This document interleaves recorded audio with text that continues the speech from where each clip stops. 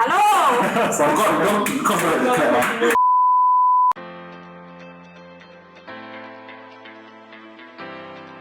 Hi. Welcome to Entrepreneur. This is our series on helping aspiring entrepreneurs to start their business and realize their dream. My name is Weng Leong. Hi, I'm Jason. Hi, I'm Jackson. So, you want to start a business. Running a business is tough. There's no certainty of success, and in the worst case, you may even face financial ruin. In our opinion, though, there's no better time to start a business than now. Starting a business has never been easier and has never been cheaper. The internet revolution has dramatically reduced the cost of doing business. You don't need to buy expensive billboard, TV ads to reach your customers. You can even build an app without writing a single line of code. Jackson, so what do you think is the steps that we need to take to start a business? In our experience, with engaging with, let's say, businessmen and entrepreneurs, right? I think what is most important is always the business idea.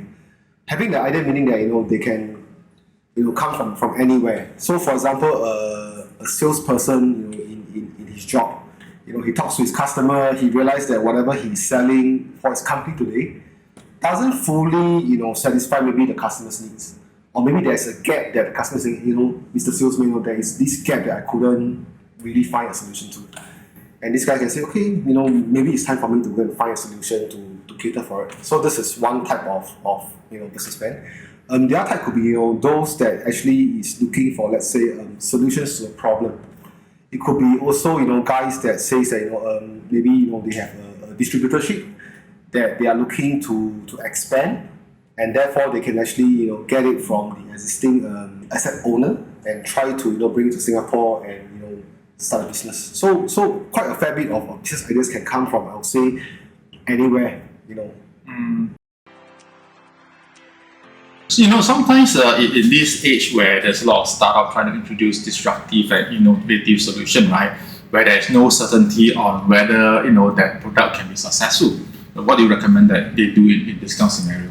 Yeah, I guess it's important to have customer surveys to understand what is the pain points that you're trying to address. What is the pain point that a customer is complaining all the time, that they really struggle with. And with the pain point, right, you try to find prototype, meaning that you build or design a prototype to ship to the customer and say that does this work? Does this address what you want? And the customers come back and say, oh no, by the way, can you tweak this a little bit? Can you make some changes there to make it more nicer? And that is when you do a very, very fast type of iterations to try to get the product accepted to the market. So this is probably one of the easiest way to and lower risk type of method, right, to test your idea. Right. And Jason, do you think it's necessary to write a business plan? I guess it's almost very important, right, that you keep your thoughts in a business plan. It doesn't have to be a lengthy and very comprehensive one, but it's most importantly, it should cover the thought process of how the idea was generated.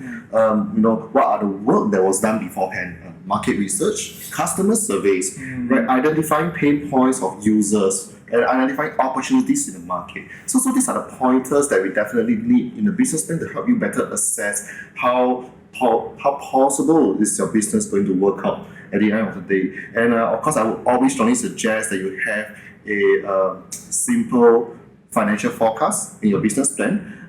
It's not going to be comprehensive. You just need to put in some quick numbers, projected income from the kind of products or the solution or services that you're providing. You want to have some expenses, know what you're likely to incur over the horizon of the project. This is going to help very greatly, right, for owners and founders who want to try to get funding. Are they going to self-fund the project? Is there a possibility of them getting funding from other sources? So some simple financial numbers will help them in this. And I would say that these are really the fundamental elements we should have in a business plan. Yeah, it makes sense. At least have a plan, to write down what you think are the important drivers and risks that you will face. I mean, some things that you won't think of is maybe, where do you want to base the business from? Which country are you going to be starting a business from, right? So, do you think Singapore is a good place to start a business? In my opinion, right, I think Singapore is one of the best place in the world that entrepreneur can dream of starting a business. Consistently ranked by World Bank one of the best place to start business. Lots of simple factors which people tend to say that it is Singapore, right? Rule of law is most important. Whereby there is any lawsuit or any judgment, right? That the courts are very transparent with the judgment. We have a very top-notch financial system whereby all the major banks are here. You can have all the banking facilities that you need to start a business. Right. You can basically operate your treasury centers from here throughout the whole world. And the government is also very supportive of startup, very supportive of and pro business. In the sense that there's a lot of grants that's given to startups.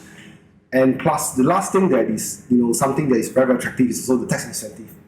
That for all startups in Singapore, right, you actually enjoy quite generous incentive throughout tax incentive throughout the year. So basically, whatever you earn, right, you only pay a portion of them as taxes. Sounds good. What kind of legal registration do you need to do in order to start business in Singapore? I guess the most common kind of setup would be a private limited company.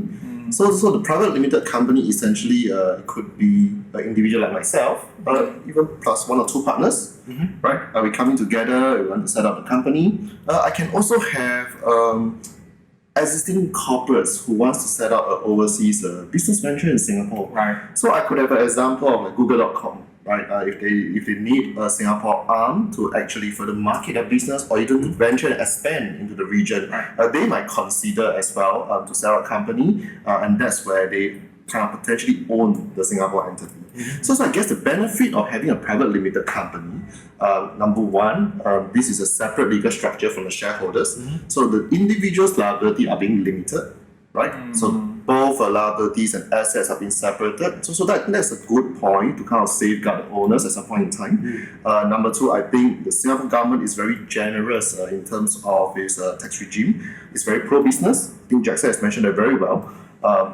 The tax incentive and exemptions that is given to startups, I think, is very comparable to many of our counterparts across the region.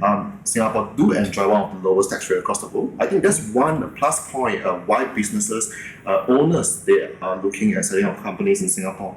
And one big advantage I would say that Singapore has, in supporting businesses to be set up, is our reach to a very well-established banking system. This allows potential owners to have lots of opportunities to access to fundraising, in Singapore, within the region.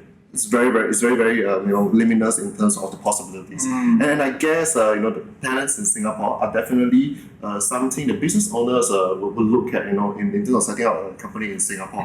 We are a multilingual society. We do have people coming from all walks of life, different cultural backgrounds. So we have a very diverse portfolio of people, talents in Singapore who are bilingual at least. Even more multilingual, that can definitely support business owners in a business venture in Singapore. Yeah, that's true. So when you start a business, you don't need to walk the journey alone. You can have partners, investors, other shareholders that can help you along the way. And I think the very interesting part about private limited is that the capital structure can be infinitely flexible. So what does shares really mean? What does they really mean to a layman? Right. So in the case of private limited, so an individual like myself, it can be just a one-man show. I inject capital into the company. So what typically happens is that I might put in cash or even other assets, right, into the company. So this is in a sense a capital to the company. And in exchange for that, I do get shares of the company. That essentially means that I own the company. Right. So having the shares, that means allows you to take control of the company. You get to decide what is the business objective. What do you envision the company will grow into? You get to kind of design the kind of structure do you want to have in the organizations. How do you want to bring in the business idea? So that is the importance of being a shareholder. Now, having a majority share right, 51% and above, essentially means that you are the majority shareholders. You get a lot more say in terms of how do you want the company to move towards. So that's one important point, and that's why we always encourage that for startups, founders should take a significant stake in the company. That helps them a lot to keep aligned with the business objective, the venture that they're going into, right? And as a form of appreciation, other than just the ownership part of things, taking control, you want to show appreciation to core members who have took the journey with you. They were not co-founders to start off with, but they have brought in the different kind of expertise that you needed, and you want to retain them to continue to move on the journey with you. So as a part of that, some companies even venture to study more complex capital structure. They decide to give these core team members, these employees, what we call the employee share option schemes, in short we call ESOP. So that kinds of bind the team members together, keep them closely aligned to the business objective. And these are very interesting kind of capital structures that we have been looking at over the years. I think that's very interesting. I think a common questions that our clients often ask us is that, what's the director and what's the shareholder, can you explain that a little bit more? Yeah, so typically, right, clients come to us and say, I'm the owner of the company. What does owner mean? Some say, and if I'm a director, does it mean that I'm an owner?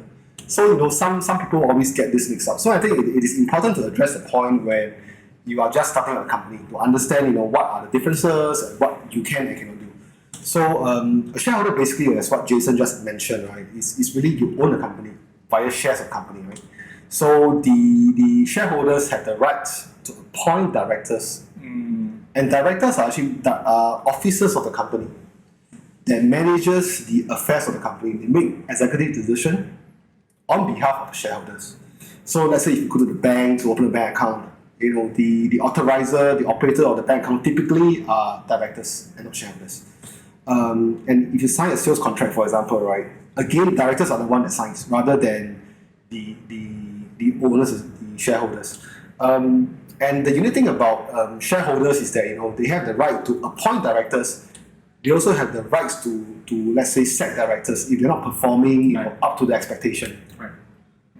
So in a nutshell, if a very small company that have very simple structure, more often than not, the directors and shareholders are often the same persons. Correct. Right. Essentially, the directors act as sort of appointees of the shareholders to manage the affair of the business. Right. How about profit share? How are profit distributed? So I guess one of the very interesting benefits and rights of a shareholder compared to an officer like a director is that you get to enjoy the profits, right, the returns from the company. So when the company turns profitable, right, obviously the owners will want some kind of return from the project that they have dedicated so much hard work, capital funding into. So that's where they are actually entitled to dividends, which is a benefit that only the shareholders are entitled to, and these are really not given to any other ordinary directors and other officers of the company. Right. I think that one of the benefits in Singapore is that dividends are tax-free. Correct. Right. You don't pay another layer of tax. When you receive dividend in your personal bank account. Correct. Well, it sounds like this is really complicated, right? It's not so easy to understand all these sort of nuances. I think if our viewers need help, it's best they talk to a consultant like Sprout, right, who can give you the best advice, based on the situation that you are in, right? I think this is my last question today. I think being an entrepreneur is not easy, right? So what do you think are the key success factors of being an entrepreneur? So from coming from someone that started Sprout, maybe about 3 years back, I think grit is the most important. You really need to have the grit, the perseverance, basically to last the distance. Because you realize that every day you are firefighting, be it the products or customers or even at the end of the month you got to pay the salary, you got to pay rent, so you realize that there is always problems that comes every day. So the question is, how do you last the distance? The other thing is really to have committed founders or even committed co-workers. How do you build a team that is willing to rough it out with you and gel everyone through the common vision of achieving something that is greater than the individuals. Right. I think that makes our working life a lot easier if that a lot of comrades to go along with you. Right. I know I had a lot of fun today. Right. I hope our viewers also gain much from this exercise here. We will talk about more topics in the future. I hope you guys stay tuned and watch out for our next episode. Bye.